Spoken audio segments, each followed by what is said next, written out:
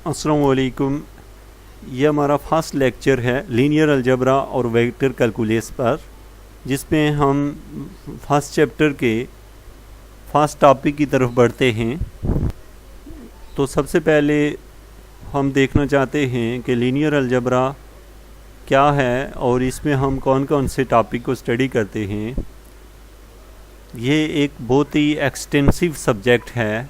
इसमें हम मैट्रिसेस को डिस्कस करेंगे, डिटर्मिनेंट को डिस्कस करेंगे, सिस्टम ऑफ लीनियर इक्वेशन को कैसे सॉल्व करते हैं इसको डिस्कस करेंगे, vector space and linear transformation, eigen value problem क्या होते हैं, कैसे सॉल्व होते हैं, और इसके अलावा हम इसके कुछ एप्लीकेशंस देखेंगे और इनका यूज़ देखेंगे। ये यूज़ कहाँ कहाँ पे होती हैं इंजीनियरिंग के अंदर, फिज़िक्स में, ज्योमेट्री में, computer science, economics and the other areas. तो सबसे पहली बात ये कि लीनियर अलजबरा में जब हम स्टडी करते हैं तो इसमें बेसिक चीज़ें कौन ये हमारे पास आ गई। अब हम सबसे अपने पहले टॉपिक यानी मैट्रिसेस की तरफ बढ़ते हैं। मैट्रिसेस क्या होता है? तो matrices which are rectangular array of number are functions and the vectors all the main tools of the linear algebra। तो इसकी जो मेन टूल होती है वो वेक्टर होता है और हम स्क्वायर ब्रैकेट के अंदर एलिमेंट्स को ख़ास तरीके से अरेंज करते हैं तो ये वेक्टर बनता है। अच्छा व्यूवर, आप लोग ये देख रहे हैं कि हमारे पास है मैट्रिसेस, वेक्टर्स। अब सवाल ये पैदा होता है वेक्टर क्या कर रहा है मैट्रिसेस के अंदर आके। तो बेसिकली इस वेक्टर से क्या मुराद है हमने ये सीखना है। सबसे पहली बात ये कि मैट्रिस जो होता है ये जब हम ये जो नंबर्स होते हैं जैसे ये 0.3, 1 और -5 है, ये जो रो हमारे पास है और एक रो ये है, 2 रोज़ हैं और इसमें 3 कॉलम हैं। अब ये एक ख़ास तरीके की जो शेप है, ये सारी की सारी जो हैं ये अलग-अलग से एक मैट्रिसेस हैं, लेकिन इनमें ये जो एक ही सिंगल रो है या फिर सिंगल कॉलम वाला जो मैट्रिक्स है उसको हम वेक्टर भी कहते हैं। तो यानी कि जो वेक्टर वो होता है जिसमें सिंगल रो या सिंगल कॉलम हो। तो आपने देखा कि मैट्रिक्स भी देख लिया और वेक्टर भी देख लिया। अब हम ये देखना चाहते हैं हमारे पास जो नेक्स्ट है, यहाँ पे हमारे पास है लीनियर सिस्टम और इसकी हम एप्लीकेशन ऑफ मैट्रिसेस देखना चाहते हैं। आप देखें कि ये एक इक्वेशन है, ये दूसरी इक्वेशन दी हुई है और ये तीसरी है। क्योंकि यहाँ पे 3 इक्वेशनें दी हुई हैं, 2 इक्वेशनें दी हूँ, 3 दी हूँ, 4 दी हूँ, तो जो इक्वेशनें हमें दी हुई होती हैं इनको हम सिस्टम ऑफ इक्वेशन कहते हैं।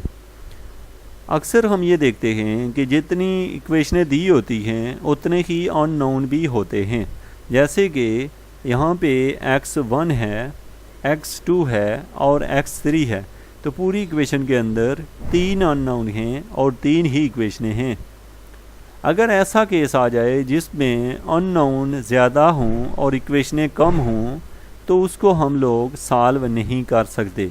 और अगर ऐसा केस आ जाए जिसमें नंबर ऑफ़ इक्वेशंस जो दी हुई होती हैं वो ज़्यादा हों और अननोन कम हों तो उसको हम और ज़्यादा आसानी से सॉल्व कर सकते हैं। लेकिन हमें हमेशा जितने अननोन होती हैं उतने ही इक्वेशन दी होती हैं और हमारी ज़रूरत भी इतनी होती है। अब हम देखते हैं कि ये जो लिखा हुआ ए है, ये ए हमने कैसे लिखा। तो आप इसी मैट्रिक्स को अगर गौर करें, ये जो ऊपर दिया हुआ है 4, 6, 9 और ये 6 दिया हुआ है, तो आप देखें तो यहीं से देख के x1 के साथ जो टर्म लिखी हुई है 4 वो यहाँ लिख ली, x2 के साथ जो टर्म लिखी है 6 वो लिखी और x3 के साथ जो टर्म लिखी है वो लिखी। एज इट इज़ ये सारी टर्में यहाँ पे लिखी। हमें ये चीज़ ज़हन नशीन करनी है कि यहाँ पे लिखने में तरतीब ज़रूरी है। मतलब ये कि यहाँ पे वही नंबर रखेंगे जो x1 का ही होगा। अगर ऊपर जो गिवन इक्वेशंस हों वो तरतीब में ना हों तो हम खुद से पहले तरतीब में ये मैट्रिक्स बनाते हैं। इसी तरीके से एक और मैट्रिक्स है हमारे पास, ये वाला। इस मैट्रिक्स में और इसमें फ़र्क ये है कि इसमें सिर्फ़ और सिर्फ कोफिशिएंट लिखे हुए हैं, x1 का कोफिशिएंट, x2 का, x3 का, इस तरीके से बाकी कोफिशिएंट। लेकिन इस मैट्रिक्स में कोफिशिएंट के साथ साथ राइट हैंड साइड को भी शामिल किया गया है, जैसे कि आप देख रहे हैं 6, 20 और 10। इस मैट्रिक्स को हम आर्गुमेंटेड मैट्रिक्स कहते हैं। आर्गुमेंटेड मैट्रिक्स का उर्दू में मतलब ये होता है बढ़ाना, यानी कि हम इसको बढ़ा देते हैं। जैसे कि आपने देखा 6, 20 और 10 ये टर्म एक्स्ट्रा से हम, तो आपने देखा ये हमने इसको वेक्टर फॉर्म में लिखा, और ये जो है इस मैट्रिक्स की ये आर्गुमेंटेड मैट्रिक्स की ये फॉर्म है। अब व्यूवर आप लोग देखें तो यहाँ पे जो पहली टर्म होती है उसको हम A11 लिखते हैं, दूसरी टर्म को A12। इस 1 का मतलब ये होता है कि ये पहली रो के पहला एलिमेंट है, जबकि A12 जो है ये पहली रो का दूसरा एलिमेंट है।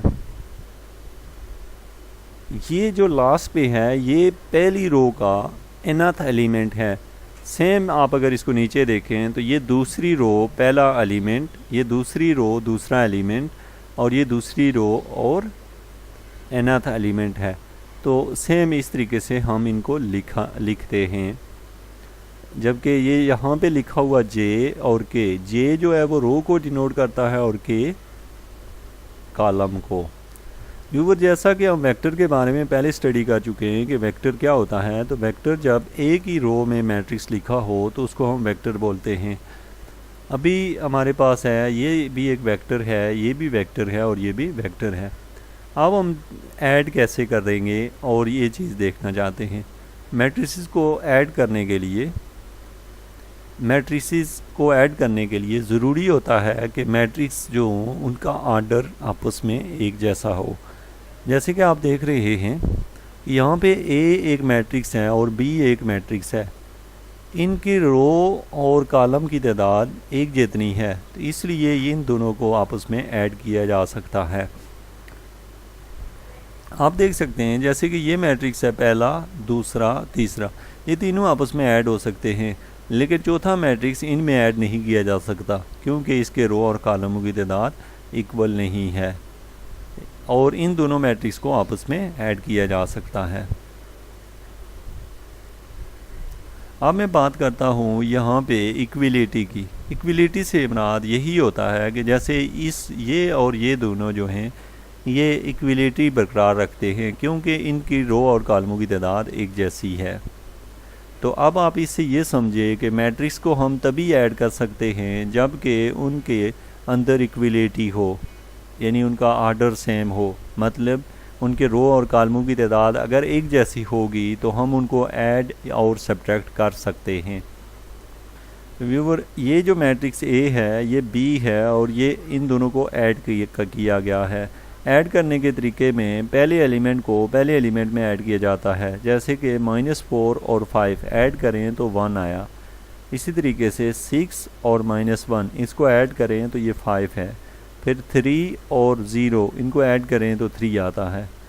तो ये आपकी सिंपल एडिशन है। अब हम बात करते हैं स्केलर मल्टीप्लिकेशन की। स्केलर मल्टीप्लिकेशन में हम दो मैट्रिक्स के साथ किसी एक एलिमेंट को मल्टीप्लाई करते हैं। एग्जांपल लेते हैं, जैसे कि ये A एक मैट्रिक्स है, अगर इसके साथ -1 से मल्टीप्लाई करें तो इसके ये बन जाएगा, और अगर सपोज़ हम इसे 10/9 से मल्टीप्लाई करते हैं तो मैट्रिसेस ये बन जाता है। यानी हर जो मल्टीप्लाई यहाँ पे हम करते हैं A के साथ वो ईच एलिमेंट के साथ मल्टीप्लाई किया जाता है। यहाँ पे मौजूद जो आपको नंबर -2.7 और 1.8 दिखाई दे रहे हैं, इनको हम एलिमेंट बोलते हैं। तो इसी तरीके से जब 0 को मल्टीप्लाई किया तो ये 0 0। तो आपने यहाँ तक ये सीखा कि मैट्रिक्स क्या होता है, मैट्रिक्स को ऐड कैसे करते हैं, सब्ट्रैक्ट कैसे करते हैं, और कौन कौन से मैट्रिक्स को ऐड किया जा सकता है। Thank you very much for watching education for all.